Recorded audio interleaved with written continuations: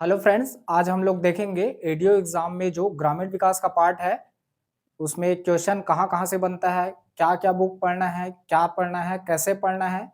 इसके साथ हम लोग आज डिस्कस करेंगे, सिलेबस डिस्कस करेंगे और ऑब्जेक्टिव भी देखेंगे।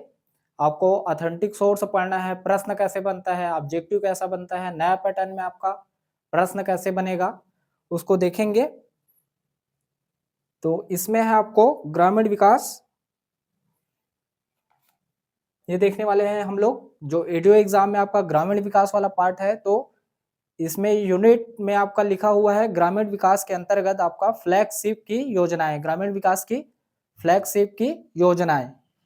तो योजनाएं आपका कैसे कैसे बनेगा, तो कॉन्सेप्ट समझते हैं। पहले ग्रामीण विकास का कॉन्सेप्ट समझते हैं। इसमें आपका जितना भी योजना रहेगा, आपका ये ग्रामीण विकास आपका कॉन्सेप्ट बेस में आपका सिलेबस निर्धारण किया गया है। तो आप इसमें देखेंगे ग्रामीण विकास, भारत गांवों में बसता है। और तो जितना भी आपका सिलेबस में क्या है, सिलेबस में आपका योजनाएं,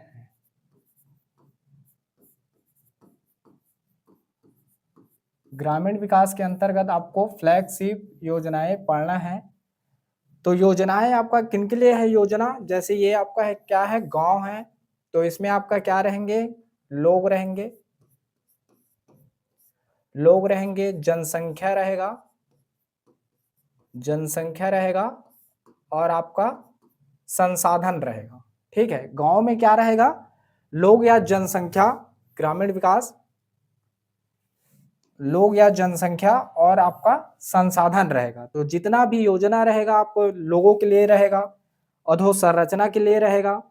विकास कैसे करना है, इसमें आपका सिलेबस, इन्हीं सब कॉन्सेप्ट के आधार पे आपका सिलेबस डिसाइड किया गया है, सिलेबस में सबको रखा गया है। तो आपका विकास कैसे करना है, योजनाएं कैसे कैसे बनेंगी, आपका सामाजिक विकास करना है लोगों का, आर्थिक विकास करना है और सांस्कृतिक विकास करना है, अन्य और विकास करना है। तो योजना इनमें बेस रहेगा आपका। व्यक्तियों क्या, व्यक्तियों का मूलभूत आपका आवश्यकता क्या रहता है, रोटी कपड़ा मकान, आप जान ही रहे हैं, रोटी कपड़ा मकान रहता है। इनके अलावा भी आपका क्या रहेगा, ये घटक के रूप में या आवश्यकता के रूप में रहेगा आपका। स्वास्थ्य हो जाएगा, शिक्षा हो जाएगा, अन्य हो जाएगा। हमको क्या करना है, ग्रामीण विकास करना है, गांव का विकास करना है। तो गांव में क्या है, लोग है, जनसंख्या है, संसाधन है, और घटक के रूप में आपका आर्थिक है, सामाजिक है, सांस्कृतिक है, उनका पेयजल का व्यवस्था इसमें आ जाएगा, आपका स्वास्थ्य में आ जाएगा, शिक्षा के क्षेत्र में आपका आ जाएगा सरस्वती साइकिल योजना, ये आ जाएगा आपका शैक्षणिक, आ जाएगा वित्तीय, आ जाएगा आपका जनधन योजना। तो इसको आप सिलेबस में यूनिट जो बटा हुआ है उसको सिलसिलेवार देखेंगे। ठीक है, तो मेन आपका कॉन्सेप्ट ये है ग्रामीण विकास। इसमें आपका रहेगा, आपका गांव में क्या रहेगा, लोग, जनसंख्या, अब जान रहे हैं, और संसाधन रहेगा। यह संसाधन का आपका समुचित उपयोग कैसे करना है, ग्रामीण जनसंख्या का आपका विकास कैसा होना चाहिए, सामाजिक तौर पे, आर्थिक तौर पे, सांस्कृतिक, आप देखेंगे इसमें सर्वांगीण विकास कैसे करना है, कौन कौन सी योजनाएं आपको बेहतर बनाना है, कौन कौन सा योजनाओं को क्रियान्वयन होना चाहिए जमीनी स्तर में, तभी आपका ग्रामीण विकास अपने लक्ष्यों में आपका क्या रहेगा, परिपूर्ण रहेगा। तो इसको देखेंगे, इन्हीं सभी चीजों को, ये मेन कॉन्सेप्ट है, इन्हीं सभी चीजों के लिए क्या बनाता है, राज्य सरकार या केंद्र सरकार आपका योजनाएं बनाती है, योजनाएं बनाती है। यही सभी योजनाओं को आपका सिलेबस में शामिल किया गया है ग्रामीण विकास के अंतर्गत। तो इसमें सभी योजनाएं नहीं पढ़ना है, जो ग्रामीण विकास को फोकस करे, जो ग्रामीण विकास से जिनका, ऐसा योजना आपका सिलेबस में है जिनका सीधा संबंध आपका ग्रामीण विकास से है। ठीक है, तो देखते हैं इसमें आगे, इसमें योजनाएं कैसे बनती हैं। योजनाएं तीन प्रकार का होता है, योजनाएं कितने प्रकार का होता है, मुख्यतः आपका तीन प्रकार का होता है। एक होता है आपका केंद्र सरकार के द्वारा पूर्णतः आपका संचालित होता है, या वित्तीय आपका जो वित्तीय परिपूर्ण वित्ता जो है, वित्तीय सहायता,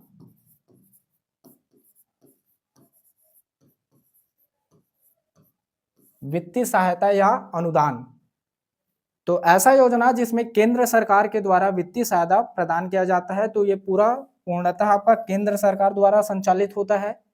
और दूसरा योजना रहेगा आपका राज्य सरकार के द्वारा, केवल राज्य सरकार इसमें वित्त पोषण करेगा, जितना भी आपका व्यय राशि रहेगा, व्यय राशि इसमें राज्य सरकार के द्वारा रहता है। और तीसरा योजना रहेगा आपका केंद्र सरकार और राज्य सरकार संयुक्त रहेगा, दोनों का आपका, जैसे आवास योजना हो गया, ठीक है, मनरेगा हो गया, तो इसमें आपका संयुक्त व्यय रहता है, व्यय राशि जो रहेगा आपका संयुक्त रहेगा। अब योजना में देखेंगे मेन आपका क्या रहेगा, इन्हीं से आपका सिलेबस में आपका क्वेश्चन बनता है, 5-6 पैटर्न से मेन है आपका लागू। कोई भी योजना है कब लागू किया गया है, ये डेट पूछेगा आपको, ठीक है, कब लागू किया गया है, ये लागू वाला डेट हो गया आपका। प्रावधान, जैसे इसमें क्या क्या प्रावधान किया गया है, जैसे आवास योजना है, आवास योजना, तो इसमें क्या क्या प्रावधान किया गया है, कितने एरिया में आवास बनना चाहिए, उनका राशि कितना रहेगा आपका, पहाड़ी क्षेत्र के लिए, अनुसूचित क्षेत्र के लिए और सामान्य क्षेत्र के लिए आपका। इसमें फिर आपका वित्त पोषण रहेगा, केंद्र सरकार का कितना आ जाएगा, राज्य सरकार का उसमें भागीदारी कितना है, ये आपका प्रावधान हो गया, ठीक है। यहाँ से प्रश्न बनता है। और एक प्रश्न बनता है यहाँ से एक पैटर्न में विशेषताएं, विशेषताएं या विशेष, इसमें क्या क्या है, उसमें योजना में क्या क्या शामिल है, ठीक है। और बनता है नेक्स्ट आपका वर्तमान प्रगति या उपलब्धियां।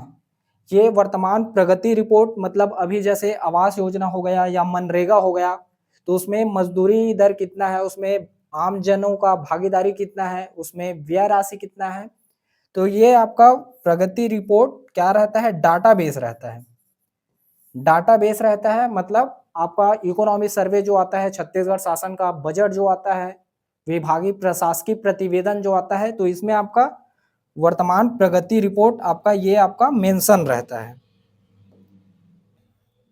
ये हो गया वर्तमान आपका प्रगति रिपोर्ट, आर्थिक सर्वेक्षण बजट में आपका मेंशन रहता है, ठीक है। तो आपका मेन योजना कितने प्रकार का होता है, 3 प्रकार का होता है, जिसमें आपका केंद्र सरकार द्वारा, राज्य सरकार के द्वारा, और ये संयुक्त वित्तीय पोषण केंद्र और राज्य सरकार रहता है।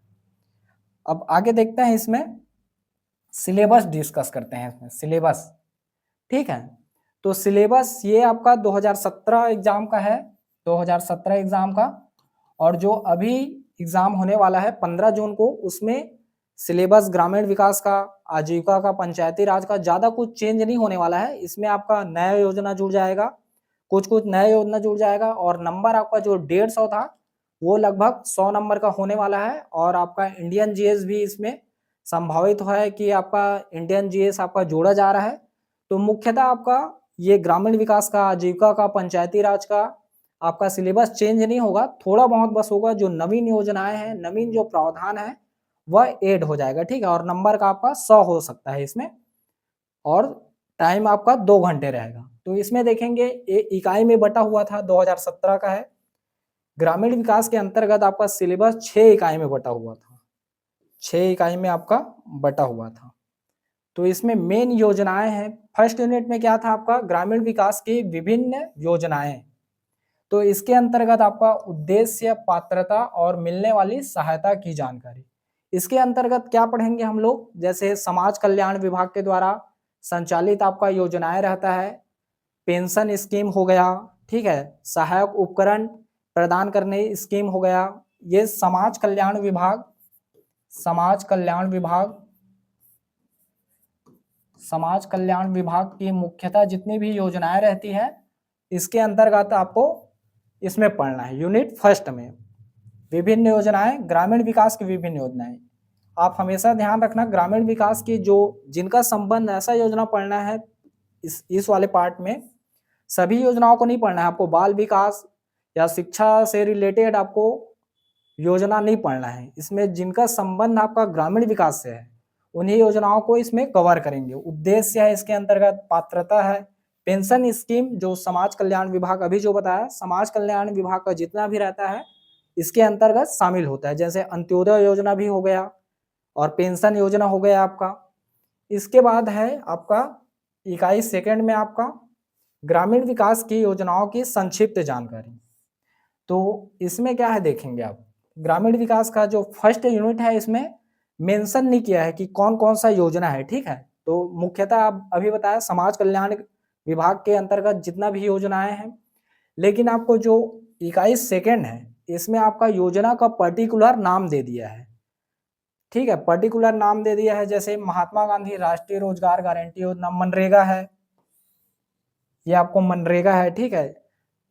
50 से 60% इसमें से प्रश्न यहीं से बनता है, मनरेगा से, ठीक है। ग्रामीण विकास में जितना भी क्वेश्चन आएगा, जैसे 20 नंबर का रखता है अगर, तो इसमें 50 से 60% जितना भी रहेगा मनरेगा से बनता है, और आपका इसका बनते हैं आवास योजना का बनता है, वाटर सेट प्रोग्राम का बनता है, सूचना का अधिकार बनता है, ठीक है। तो मेन आपका महात्मा गांधी ये गारंटी योजना है, मनरेगा जिसको बोलते हैं।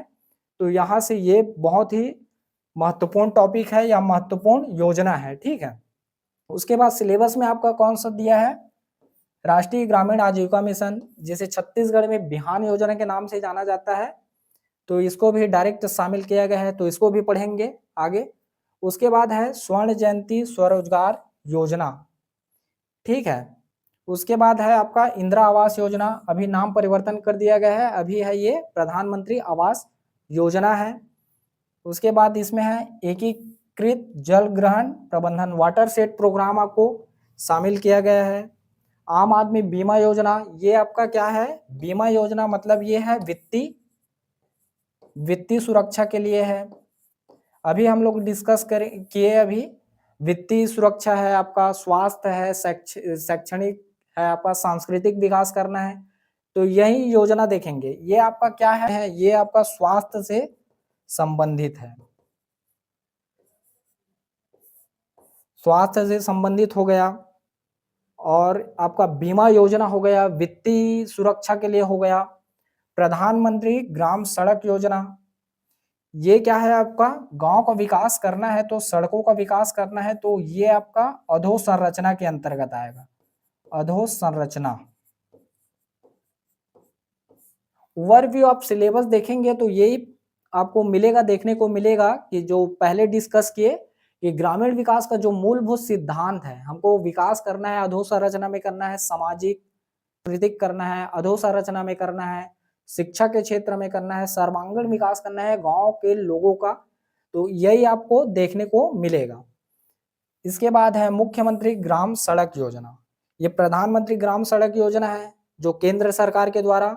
उसके बाद मुख्यमंत्री ग्राम सड़क योजना, जिसमें आपका वित्तीय आपका जितना भी प्रावधान रहता है राज्य सरकार के द्वारा किया जाता है, ये भी आपका अधोसंरचना वाले पार्ट में आपका शामिल हो जाएगा, ठीक है। ये अधोसंरचना वाले पार्ट में आपका शामिल हो जाएगा। तो ये आपका इकाई सेकंड में आपको योजनाओं का नाम दे दिया गया है, ठीक है। तो इसमें एक दो योजना और जुड़ सकता है अभी, जैसे कृषक उन्नति योजना हो गया, महतारी वंदन योजना हो गया, तो इसमें आपका ऐड हो सकता है। उसके बाद देखेंगे ये इकाई 3 और आपका इकाई 5, इसको ऐसे समझेंगे, निगरानी तंत्र के लिए ये आपका 2 यूनिट। निगरानी तंत्र मतलब सामाजिक अंकेक्षण का, जैसे योजनाओं का क्रियान्वयन हो रहा है, कितना हो रहा है, जमीनी स्तर में आपका कितना प्रभावशील है। और आपका सूचना का अधिकार, सूचना का अधिकार आपको लोगों को सशक्त करने के लिए, लोगों को सशक्त बनाने के लिए सूचना का अधिकार अधिनियम 2005 इसमें शामिल किया गया है। तो ये आपका निगरानी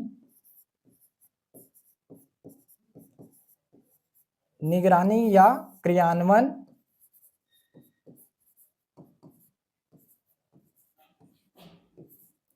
योजनाओं का आपका क्रियान्वयन सही तरीके से हो रहा है कि नहीं हो रहा है, कितना हो रहा है आपका, ये आपका इकाई 3 और इकाई 5 में जो शामिल है सिलेबस में, ये इसके अंतर्गत आएगा, ठीक है, क्रियान्वयन के अंतर्गत आएगा। उसके बाद इकाई 4 में क्या शामिल किया गया है, ग्रामीण विकास की योजनाओं के क्रियान्वयन में बैंकों की भूमिका।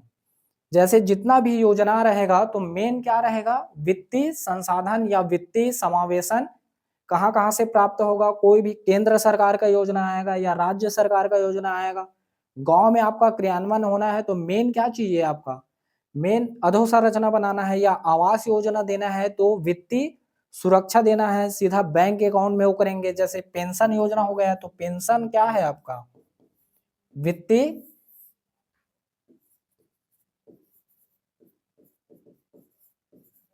वित्तीय समावेशन के अंतर्गत आएगा। जितना भी पैसा आपको ट्रांसफर करना है या आम लोगों को देना है या अधोसंरचना में खर्च करना है, आवास बनेगा आपका, सड़क बनेगा, जितना भी बनेगा पेंशन स्कीम में आएगा डायरेक्ट डीबीटी के माध्यम से। तो ये बैंक जितना भी भूमिका निभाएंगे इन्हीं को आपको पढ़ना है। जैसे नाबार्ड हो गया, प्राथमिक सहकारी बैंक हो गया आपका, जिसमें ऋण प्रदान किया जाएगा आपको डीबीटी के माध्यम से इसमें, ठीक है। जनधन योजना हो गया। तो बैंक क्या भूमिका निभाता है, आपका भूमिका बैंक का आपका भूमिका क्या रहेगा वित्तीय संसाधन में। तो ग्रामीण विकास की योजनाओं के क्रियान्वयन में बैंकों की भूमिका, इसी को लिखा गया है कि बैंक किस तरह से भूमिका को निभाएंगे और इनकी संरचना देखेंगे, कैसे कैसे बैंक कार्य करता है, कौन कौन से स्तर में कार्य करता है, कितना ऋण आपको प्रदान किया जाता है। और इसमें देखेंगे अगला है इसमें वाटरशेड प्रोग्राम जो इकाई 6 में है। मेन आपका ग्रामीण विकास में आपका इकाई इसके अंतर्गत है। वाटरशेड प्रोग्राम में देखेंगे उद्देश्य है, वाटरशेड प्रोग्राम का मेन उद्देश्य क्या क्या होता है, योजनाएं इसके अंतर्गत आपका योजनाएं कौन कौन सी चलाई जाती है और आपका क्रियान्वयन कैसे होता है। तो ओवरव्यू हम लोग अभी देखें, सिलेबस देखें, योजनाएं हैं और इकाई 3 और 5 आपका निगरानी या क्रियान्वयन ये लोगों के हाथों में रहता है। जैसे सामाजिक अंकेक्षण है, जो भी कार्य हो रहा है वो सही तरीके से हो रहा है कि नहीं हो रहा है, उसमें भागीदारी कितनी है, कोई घोटाला या भ्रष्टाचार थोड़ी हो रहा है, ठीक है। तो ये इसमें निगरानी या क्रियान्वयन से संबंधित ये वाले पार्ट में आ जाएगा।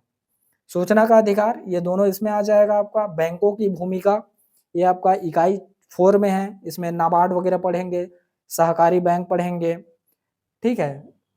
वित्तीय संसाधन कैसे उपलब्ध होता है, आपको कितना, मुद्रा योजना क्या क्या होता है, कौशल विकास योजना क्या क्या होगा, किसमें आपका ऋण मेन है, इसमें ऋण है आपका, डीबीटी है, पेंशन स्कीम में आपका वित्तीय संसाधन कैसे कैसे डीबीटी के माध्यम से होगा आपका, ये सभी चीज रहेगा। इकाई सेकंड में है आपका डायरेक्ट योजना का नाम दे दिया गया है। तो इन योजनाओं के अंतर्गत आपको क्या क्या पढ़ना है, तो योजनाओं के अंतर्गत क्या है, वित्तीय संसाधन है, अधोसंरचना है आपका, ये आवास वाला हो गया तो अधोसंरचना में आ जाएगा, ठीक है। सड़क सड़क योजना, मुख्यमंत्री सड़क योजना, ये आम आदमी बीमा योजना, इसमें प्रधानमंत्री जीवन बीमा योजना भी ऐड होगा इसमें, ठीक है। तो ये आ जाएगा वित्तीय सुरक्षा के अंतर्गत आ जाएगा। इसके अंतर्गत आ जाएगा आपका समाज कल्याण विभाग की जितनी भी योजनाएं संचालित होती है और नवीन योजनाएं। एक चीज और देखेंगे इसमें योजनाओं में, नया योजना जैसे अभी कृषक उन्नति योजना, महतारी वंदन योजना, जो अभी ट्रेंडिंग में योजना जो चल रहा है वो भी ऐड होगा, ठीक है। तो उसको भी आपको क्लास में कराया जाएगा। इससे रिलेटेड हम लोग देख लेते हैं, ऑब्जेक्टिव देख लेते हैं। ये आपका 2012 और 2017 में आया हुआ क्वेश्चन है, तो इसको विश्लेषण करते हैं। और 2017 के बाद अभी एडीओ एग्जाम आपका 15 जून को होने वाला है, 2025 में होने वाला है, लगभग 7-8 साल के बाद ये एग्जाम होने वाला है।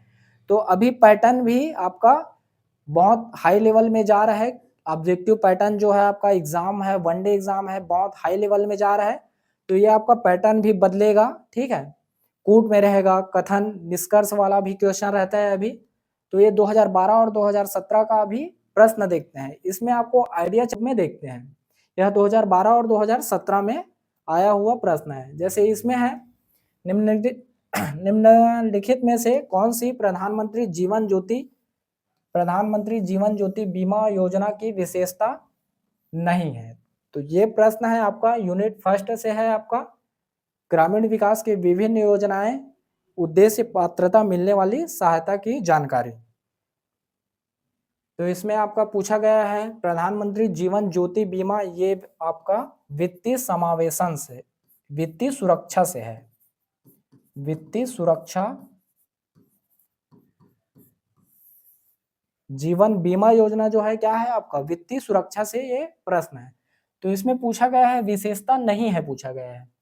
तो इसमें देखेंगे 18 से 50 वर्ष की आयु, ये आपका 18 से 50 वर्ष की आयु इसका विशेषता है, आयु वर्ग 18 से 50 रहता है। न्यूनतम वार्षिक बीमा किस्त, इसमें आपका न्यूनतम जो किस्त रहता है ये आपका 330 रुपये है, ठीक है, 300 रुपये नहीं है, ये 330 है। तो यही आपका आंसर हो जाएगा। नीचे देख लेते हैं, और बीमित व्यक्ति की मृत्यु हो जाने पर नामित व्यक्ति को 2 लाख रुपए की राशि प्रदान की जाएगी। ये भी आपका स्टेटमेंट सही है, 2 लाख रुपए की आपकी राशि प्रदान की जाती है। और ऑप्शन डी है इसमें उपरोक्त में से कोई नहीं, तो ये नहीं आएगा आपका, ऑप्शन बी आ जाएगा। यहाँ पे किस्त 300 रुपये दे दिया है, लेकिन ये 300 रुपये नहीं है, ये कितना रहता है 330 रुपये रहता है। आगे यूनिट से देखते हैं, ये आपका सेकेंड यूनिट से है आपका, मनरेगा योजना के अंतर्गत मजदूरी एवं सामग्री पर राशि व्यय का अनुपात कितना है। तो ऑप्शन इसमें दिया था 60:40, 65:35, ऑप्शन सी दिया था इसमें 55:45, और ऑप्शन डी है इसका 50:50। तो अभी हम लोग देखें इसमें मजदूरी एवं सामग्री में व्यय राशि, तो अनुपात कितना है इसमें, तो इसका अनुपात है 60:40 है इसका आंसर, ठीक है। ये आपका मनरेगा योजना के अंतर्गत हो जाएगा। जो अभी सिलेबस देखें इसमें मनरेगा है, यूनिट सेकंड से प्रश्न है ये मनरेगा योजना है, यूनिट सेकंड से प्रश्न है ये। आगे प्रश्न देखते हैं इसमें, सामाजिक अंकेक्षण, ये यूनिट 5 से पूछा गया है। सामाजिक अंकेक्षण की तैयारी में निम्नलिखित में किसे शामिल नहीं किया जा सकता, किसे शामिल नहीं किया जाता है, नहीं पूछ रहा है, ठीक है, शामिल किसको नहीं किया जाता है ऐसा पूछ रहा है। तो इसमें आपका एजेंडे की घोषणा कम से कम 1 माह पहले किया जाना चाहिए, ये आपका सही है। स्थान, तिथि, समय और जिम्मेदार अधिकारी का नाम सुनिश्चित किया जाना, ये भी आपका सही है। सामाजिक अंकेक्षण का वृहद स्तर पर प्रचार, ये आपका ये भी सही है, ठीक है। ऑप्शन डी इसमें क्या है, सभी दस्तावेज ग्राम पंचायत में उस दिन उपलब्ध रहे जिससे लोग उसे देख में पढ़ सकें। तो ये उस दिन नहीं रहता है, मतलब करेंट दिन नहीं रहता है, ये 15 दिन पहले आपका, ये 15 दिन पहले ग्राम पंचायत में उपलब्ध रहता है, ठीक है। तो इसमें ऑप्शन इसमें हो जाएगा, इसका आंसर आपका डी आंसर हो जाएगा। ये 2012 और 2017 का प्रश्न है। यहाँ पे प्रश्न को देख के हम लोग समझने का प्रयास कर रहे हैं कि क्वेश्चन कैसे आता है, कौन कौन से टॉपिक से आता है, और प्रश्न कैसे कैसे पूछता है, जिसमें इसमें मनरेगा के अंतर्गत आपका व्यय अनुपात पूछ दिया। एक प्रश्न इसमें बनता है मनरेगा के अंतर्गत, बहुत ट्रेंडिंग प्रश्न है, राज्य सरकार और केंद्र सरकार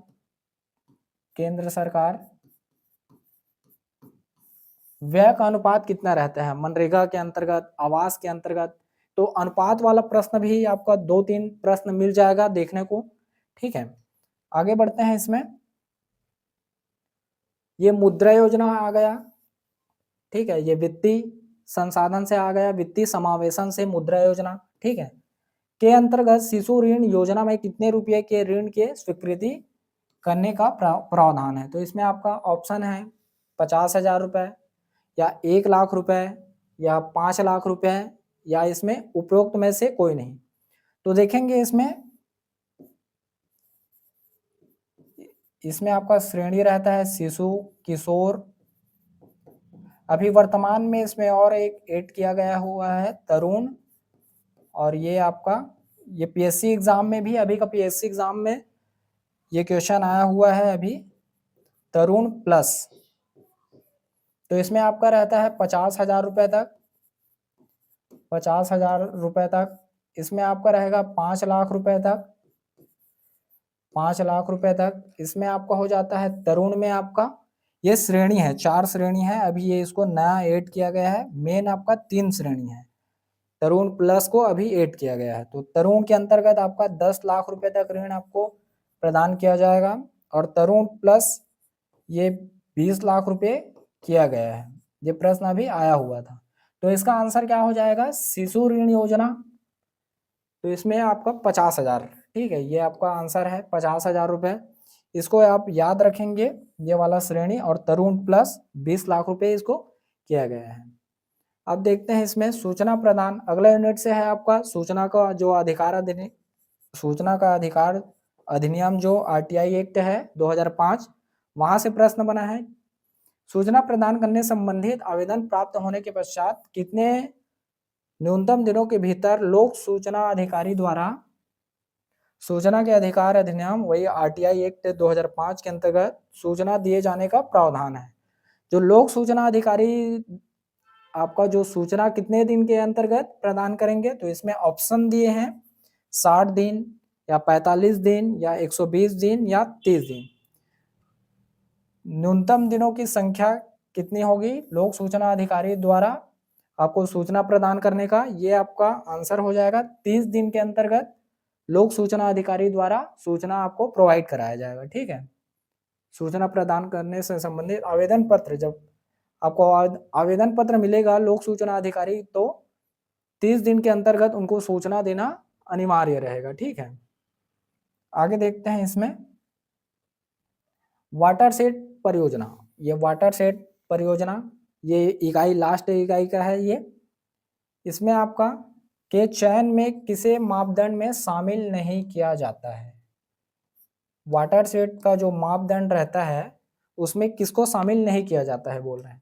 तो इसमें ऑप्शन ए है आपका पीने के पानी की अत्यधिक कमी, जल संसाधनों का अत्यधिक दोहन, अवक्रमित भूमि का उपलब्धता, या वाटरशेड भूमि का सुनिश्चित सिंचाई में शामिल होना। तो इसमें आपका ये तीनों को किया जाता है, और ये वाटरशेड जो डी ऑप्शन है, वाटरशेड भूमि का सुनिश्चित सिंचाई में शामिल होना, इसको नहीं किया जाता है। ठीक है, तो ये हो गया आपका। आगे बढ़ते हैं इसमें। अब ग्रामीण विकास की विभिन्न योजनाएं जो उद्देश्य है, जो फर्स्ट यूनिट है उसमें थोड़ा चर्चा कर लेते हैं। फर्स्ट यूनिट में आपका है क्या है, उद्देश्य, पात्रता और मिलने वाली सहायता, जिसका हम लोग अभी डिस्कस किए हैं। तो अभी देखे थे लोक जनसंख्या है, इसमें आपका सामाजिक सुरक्षा जो पेंशन स्कीम होगा, पेंशन स्कीम होगा। ठीक है, आवास होगा जो मनरेगा होगा, आवास और वित्त, अधोसंरचना, सड़क, प्रधानमंत्री सड़क योजना, मुख्यमंत्री ग्राम सड़क योजना इसके अंतर्गत आ जाएगा। रोजगार से संबंधित आपको क्या करना है, ग्रामीण विकास करना है, गांव का विकास करना है। तो इसमें आपका कौन कौन सा शामिल रहेगा घटक, रोजगार के अंतर्गत मनरेगा हो गया, आपका कौशल प्रशिक्षण हो गया, दीनदयाल उपाध्याय कौशल प्रशिक्षण योजना इसके अंतर्गत आ जाएगा। आजीविका के अंतर्गत आ जाएगा आपका बिहान योजना बोलते हैं छत्तीसगढ़ में। ठीक है, राष्ट्रीय ग्रामीण आजीविका मिशन ये आ जाएगा। स्वास्थ्य के अंतर्गत आ जाएगा आपका बीमा योजना, या वित्तीय सुरक्षा के अंतर्गत आपका क्या आएगा, बीमा योजना आएगा। वित्तीय समावेशन में क्या आएगा, जनधन योजना आ जाएगा, एक आ जाएगा मुद्रा योजना आ जाएगा, अभी ऑब्जेक्टिव देखें इसका मुद्रा योजना। ठीक है, तो ये यूनिट फर्स्ट में आपको डील करें। तो ये सभी वर्ग आपको शामिल रहेगा, इन्हीं को आपको मेन टारगेट करके मेन विकास इन्हीं लोग का करना है, जो मुख्य धारा में आपको जोड़ने का प्रयास करना है, जो मुख्य धारा से कटे हुए हैं आर्थिक रूप से, सामाजिक रूप से, सांस्कृतिक रूप से, शैक्षणिक रूप से, इन्हीं सभी का विकास करना है। ठीक है, तो समाज कल्याण विभाग का जो योजना रहता है, इसमें आपका सामाजिक सहायता कार्यक्रम जो चलता है ये रहेगा आपका, दिव्यांग जन कल्याण की योजनाएं, ये आपका सभी यूनिट फर्स्ट में रहेगा। समाज रक्षा कार्यक्रम अंतर्गत संचालित कार्यक्रम, समाज रक्षा कार्यक्रम इसको भी देखेंगे। ठीक है, अन्य योजनाएं और नवीन योजनाएं जैसे अभी कृषक उन्नति योजना, महतारी वंदन योजना जो अभी ट्रेंडिंग में चल रहा है, या नवीन योजना जो अभी लागू किया गया है, उसको सभी को यहाँ पे देखेंगे। ठीक है, एडीओ एग्जाम की तैयारी के लिए हमारी टीम द्वारा कोर्स आपका 25 फरवरी को लॉन्च किया जा रहा है। यह क्लास आपका ऑनलाइन और ऑफलाइन दोनों माध्यम में आपका उपलब्ध रहेगा।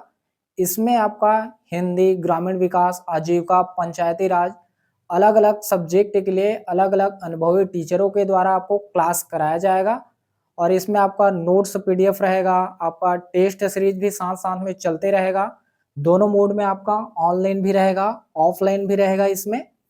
और आपको विश्लेषण करके अलग-अलग टीचरों के द्वारा आर्थिक सर्वेक्षण, प्रशासकीय प्रतिवेदन, अन्य ऑफिशियल गवर्नमेंट का जो वेबसाइट रहता है, कंप्लीट आपका कोर्स है, इसमें पैकेज के रूप में आपको प्रोवाइड कराया जा रहा है। यह क्लास आपका 25 फरवरी से चालू हो रहा है, ठीक है? तो इस नंबर में आप कॉल करके आप मैसेज या इन्फॉर्मेशन ले सकते हैं, अधिक जानकारी प्राप्त कर सकते हैं और क्लास को आप एप्लीकेशन के माध्यम से ऑनलाइन के लिए और ऑफलाइन के लिए भी इसमें जुड़ सकते हैं। यूट्यूब में भी आपका डेमो वगैरह क्लास डलेगा, वहाँ से भी आप देख सकते हैं और डिस्क्रिप्शन बॉक्स में जो लिंक है वहाँ से भी आप क्लास ज्वाइन कर सकते हैं और अधिक जानकारी के लिए आप ये नंबर में कॉल कर सकते हैं।